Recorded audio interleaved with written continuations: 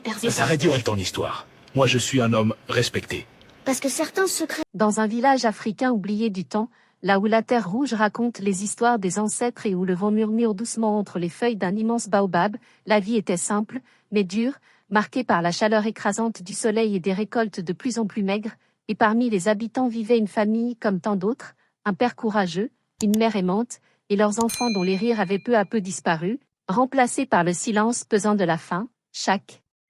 soir ils partageaient le peu qu'ils avaient, et chaque nuit le père restait éveillé, regardant ses enfants affaiblis avec une douleur qu'il ne pouvait plus supporter, se demandant combien de temps il pourrait encore survivre, jusqu'à ce qu'un soir, poussé par le désespoir, il se lève sans bruit et marche seul vers un endroit que tous évitaient, le vieux baobab, un arbre ancien, immense, respecté mais craint, dont on disait que ses racines plongeaient jusque dans le monde des esprits, et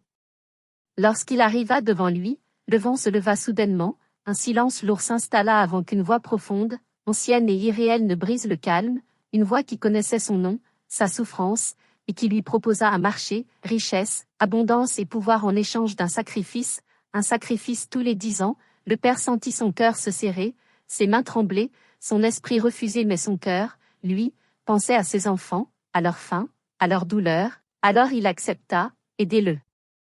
Lendemain matin, tout changea, leur petite maison de terre se remplit de nourriture, de vêtements neufs, d'or et de richesses impossibles, les enfants riaient à nouveau, la mère pleurait de joie, mais le père, lui, ne souriait pas, car au fond de lui, une peur silencieuse grandissait, les années passèrent et la famille devint riche et respectée, mais au fond de son cœur, il savait que le temps avançait, jusqu'au jour où 10 ans plus tard, le vent revint, plus froid, plus sombre, et la voix murmura encore que le moment était venu. Le père sentit son monde s'écrouler, il regarda ses enfants devenus grands, chacun représentant une partie de lui, incapable de choisir, incapable de décider qui devait mourir, jusqu'à ce que son regard s'arrête sur sa plus jeune fille, innocente, douce, pleine d'amour, qui lui souriait sans savoir, et cette nuit-là, il lui prit la main et l'emmena vers le baobab. Au début elle croyait à une simple promenade, mais en voyant l'arbre et le visage de son père, elle comprit, ses larmes coulèrent, sa voix trembla en demandant pourquoi, mais le père resta silencieux car aucune réponse ne pouvait réparer ce qu'il s'apprêtait à faire. Le vent hurla, le sol trembla, et dans un silence brutal, elle disparut, laissant le père seul, brisé et vide, et lorsqu'il rentra, il mentit à sa famille, mais la vérité ne disparaît jamais vraiment, et les nuits devinrent insupportables, hontées par son visage et sa voix. Les années passèrent encore, mais cette fois,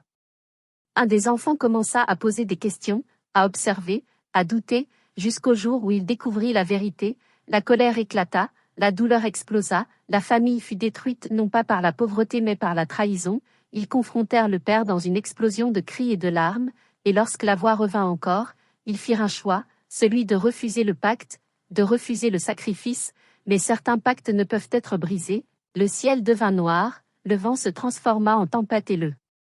baobab sembla s'éveiller, et en une seule nuit tout disparut, la richesse, la maison, la sécurité, laissant la famille dans la ruine totale, mais cette fois ils étaient ensemble, unis dans la douleur, et dans le silence des décombres, une vérité resta gravée à jamais, certaines richesses coûtent beaucoup trop cher, et sous le baobab, le vent continue encore de murmurer, attendant la prochaine âme assez désespérée pour accepter.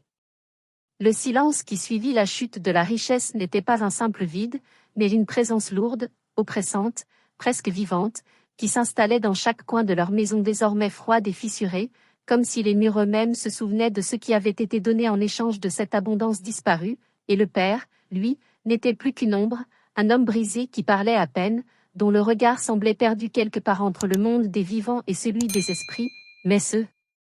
que la famille ne comprenait pas encore, c'est que le pacte n'était pas terminé, car certaines promesses, surtout celles faites dans le désespoir, ne disparaissent jamais vraiment, elles changent simplement de forme, et très vite, les nuits devinrent étranges, troublantes, presque irréelles, d'abord de simples bruits autour de la maison, des pas dans la poussière alors que personne ne marchait, des portes qui grinçaient sans raison, puis des rêves, toujours les mêmes, toujours plus précis. La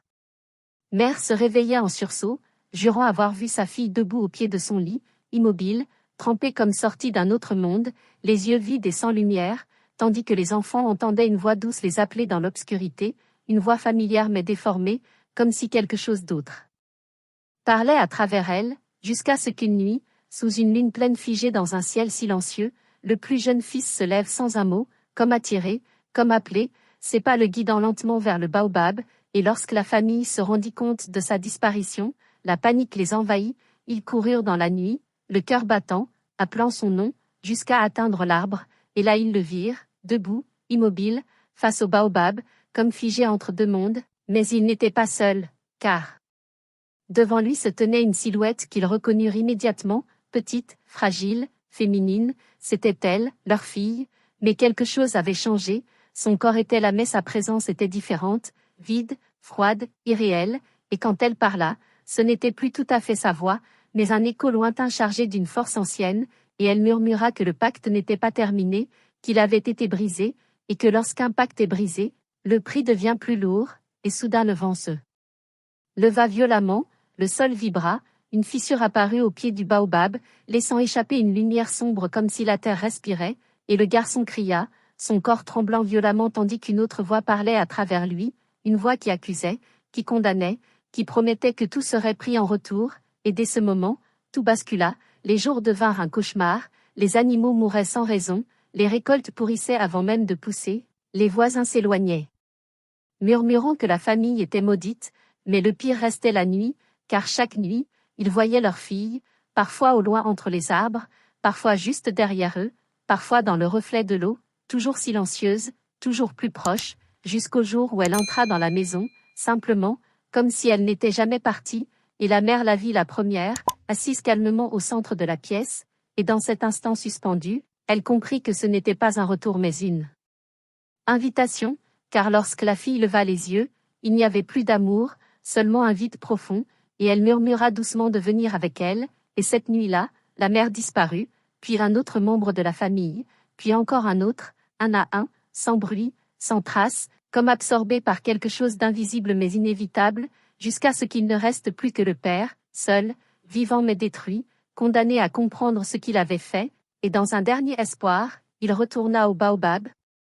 affaibli, tremblant, suppliant que sa vie soit prise en échange des autres, mais la voix répondit froidement qu'il était trop tard, que certains choix ne peuvent être effacés, et le sol s'ouvrit sous lui, les racines du baobab s'animèrent, s'enroulant lentement autour de son corps tandis qu'il était tiré vers les profondeurs, et dans ce dernier instant, il entendit les voix de sa famille, non pas en train de pleurer, mais murmurant comme le vent dans l'arbre, comme s'il faisait désormais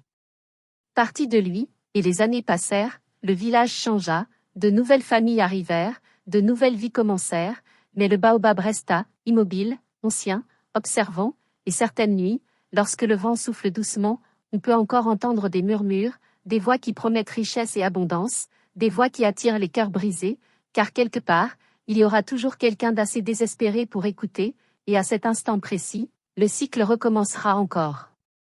Mais l'histoire ne s'arrêta pas là, car même si le père avait disparu, même si la famille semblait avoir été entièrement engloutie par la malédiction, quelque chose persistait, quelque chose d'invisible mais profondément enraciné dans le village lui-même, comme si le pacte avait laissé une cicatrice dans la réalité, et avec le temps, les anciens commencèrent à remarquer des changements, subtils au début, presque imperceptibles, des enfants qui parlaient seuls en regardant vers le baobab, des animaux refusant de s'en approcher, des nuits devenues plus longues, plus lourdes, comme si l'obscurité s'étendait un peu plus chaque jour, et puis un jour, une nouvelle famille arriva au village, fuyant la guerre, la faim, et la misère, portant avec eux leurs espoirs fragiles et leurs fatigues profondes. Parmi eux se trouvait un jeune homme nommé Kofi, déterminé à reconstruire une vie digne pour sa mère malade et ses deux petites sœurs, et très vite, il comprit que malgré la paix apparente du village, quelque chose n'allait pas, car les habitants évitaient certains sujets, certains lieux, et surtout, ils évitaient le baobab, ce gigantesque arbre qui semblait observer tout ce qui vivait autour de lui, mais le désespoir a une façon particulière d'effacer la peur, et lorsque la maladie de sa mère s'aggrava, lorsque ses sœurs commencèrent à manquer de nourriture, Kofi se retrouva face au même choix que celui fait des années auparavant, un choix qu'il ne comprenait pas encore totalement, mais dont il sentait le poids, et une nuit, poussé par une force qu'il ne contrôlait pas, il marcha vers le baobab, le cœur battant, l'esprit troublé, et comme avant lui, il entendit la voix, cette voix ancienne, profonde, qui semblait sortir à la fois de l'arbre, de la terre et de son propre esprit, une voix qui lui offrit exactement ce dont il avait besoin, richesse, santé pour sa mère, sécurité pour ses sœurs, en échange d'un simple pacte, un sacrifice tous les 10 ans, et contrairement au premier homme, Kofi hésita plus longtemps, car quelque chose en lui disait que ce n'était pas un simple marché, mais un piège. Pourtant, le désespoir finit par l'emporter, comme toujours, et il accepta, et dès le lendemain, le miracle se produisit, sa mère retrouva des forces, la nourriture apparut. Leur maison se transforma, et le village, une fois encore, assista à une richesse soudaine sans comprendre son origine, mais cette fois, quelque chose était différent, car Kofi avait vu, dans un bref instant, une image dans l'obscurité du baobab, des silhouettes, des visages, des yeux qui le regardaient, et parmi eux, une petite fille, silencieuse, immobile, qui semblait vouloir parler sans en être capable, et les années passèrent, comme toujours, mais la peur ne quitta jamais vraiment Kofi. Car il savait que ce qu'il avait vu n'était pas une illusion, et plus le temps passait, plus les manifestations devenaient fortes, ses sœurs parlaient parfois à quelqu'un qu'il ne pouvait pas voir, sa mère faisait des rêves où elle marchait sous le baobab entourée de voix murmurantes, et une nuit, alors qu'il ne restait plus que quelques jours avant la fin des 10 ans, Kofi retourna à l'arbre, déterminé à comprendre, et cette fois, la voix ne lui proposa rien, elle lui montra. Ce qui se cachait réellement sous les racines du baobab, un monde d'ombre, de silhouettes piégées, des âmes liées entre elles, murmurant, appelant, prisonnières d'un cycle sans fin, et il reconnut certains visages, ceux de la famille disparue avant lui, y compris le père, y compris la petite fille, et dans cet instant, il comprit la vérité, le pacte ne donnait pas seulement de la richesse, il nourrissait quelque chose, une entité ancienne qui se renforçait à chaque sacrifice, une entité qui ne voulait pas simplement des vies, mais des âmes, et qui utilisait le désespoir humain comme une porte, et lorsqu'il tenta de fuir, il entendit une voix derrière lui, une voix douce, presque humaine, la voix de la petite fille, qui murmura qu'il n'y avait plus d'échappatoire, que désormais, lui aussi faisait partie du cycle, et cette nuit-là, Kofi fit un choix différent, un choix dangereux, un choix qui pourrait tout changer ou tout détruire, il refusa de sacrifier un membre de sa famille, mais au lieu de fuir, il décida de briser le cœur même du pacte, et pour cela, il devait affronter ceux qui vivaient sous le baobab, et alors qu'il posait ses mains sur les racines, une douleur indescriptible traversa son corps, comme si chaque âme piégée criait à travers lui, et la terre s'ouvrit, l'entraînant dans l'obscurité, non pas comme une victime, mais comme un intrus, et dans ce monde souterrain, il vit la vérité dans toute son horreur, des centaines d'âmes liées à l'arbre, formant une conscience collective, une entité nourrie par la peur, la culpabilité et les sacrifices, et au centre, une présence, ancienne, massive, impossible à décrire, qui n'était ni totalement esprit ni totalement matière, et lorsqu'elle parla, ce n'était pas avec des mots, mais avec une sensation écrasante de pouvoir, lui montrant que chaque pacte accepté renforçait son existence, et que chaque refus ne faisait qu'augmenter la souffrance des âmes déjà capturées, et Kofi comprit alors que détruire le pacte signifiait aussi libérer ses âmes, mais à un prix encore plus terrible, car quelqu'un devait rester pour maintenir l'équilibre, quelqu'un devait devenir le nouveau lien entre les deux mondes, et dans un dernier acte de courage, il accepta non pas le pacte, mais le sacrifice ultime, celui de lui-même, et au moment où son corps se dissout dans cette réalité sombre, les racines du baobab tremblèrent violemment, une lumière intense traversa l'arbre, et pour la première fois depuis des générations, les murmures cessèrent, les âmes furent libérées dans un silence apaisant, et à la surface, le baobab resta debout, mais quelque chose avait changé, son aura n'était plus oppressante, mais calme, presque neutre, et dans le village, personne ne comprit réellement ce qui s'était passé, mais une chose était certaine, les voix avaient disparu, les nuits étaient redevenues normales, et pourtant, parfois, très rarement, lorsque le vent souffle d'une manière particulière, certains affirment entendre une seule voix, différente des autres, une voix qui ne promet rien, qui n'appelle personne, mais qui veille, comme un gardien silencieux, et certains disent que cette voix appartient à Kofi.